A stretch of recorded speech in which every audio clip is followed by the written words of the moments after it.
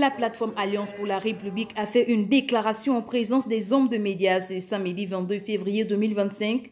Lors de cette communication, les partis politiques membres de la plateforme ont critiqué les méandres au sein du CTRI, bien qu'il ait initialement applaudi dès demain le coup de libération du 30 août 2023. Malgré les nombreuses appréciations réalisées et avancées observées dans certains domaines, malgré la finition de certains projets laissés à l'abandon par le régime déchu et à mettre à l'actif exclusif du président de la transition, le coup de libération du CTRI qui était porteur d'espoir est devenu, avec les agissements de certains torpilleurs sournois dans la transition, une affligeante déception pour de nombreux compatriotes.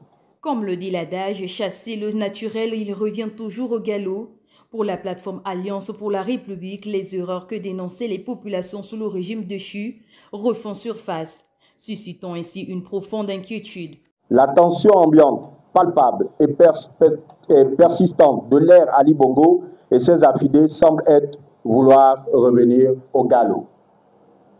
La mauvaise gouvernance de certains dépositaires de l'autorité publique, le surendettement du pays, le détricotage des libertés publiques et des acquis démocratiques des 30 dernières années, l'insécurité grandissante, le népotisme, l'inflation, la baisse générale du niveau de vie des Gabonais et le surenchèrement des produits de première nécessité, les coupures intempestives de l'électricité, la rareté de l'eau potable, la banalisation de l'exclusion de certains compatriotes, l'ériction de favoritisme et du copinage en mode de gestion, de nomination transitionnelle, voilà autant d'erreurs qui ont sapé en partie l'espérance de plusieurs compatriotes en la capacité du CTRI à faire véritablement bouger les lignes. La question du nouveau code électoral soulève encore et toujours des préoccupations, ce qui reflète un sentiment de mécontentement face à des changements qui, au lieu de répondre aux attentes, créent des complications supplémentaires. En réalité, avec l'adoption de la Constitution 01-2025 et le nouveau code électoral, notre pays ne dispose plus d'une séparation des pouvoirs équilibrés entre le pouvoir exécutif, le pouvoir législatif et le pouvoir judiciaire. Le bon sens voudrait que dans une démocratie apaisée, ces différents pouvoirs s'équilibrent. En effet, cette nouvelle Constitution tend plutôt à laisser à la seule discrétion du futur président de la République élu des pouvoirs quasi illimités que le coup de libération du CTRI du jour des décennies passées ne justifie pas.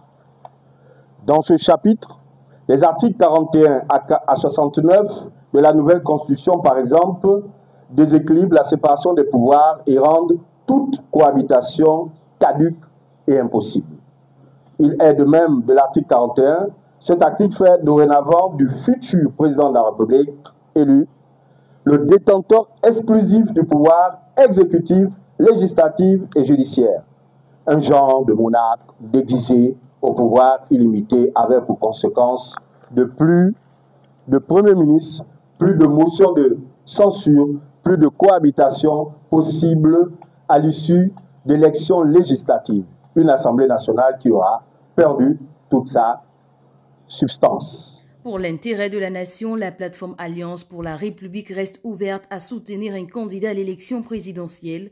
À défaut d'un accord, elle positionnera son propre candidat le 12 avril 2025.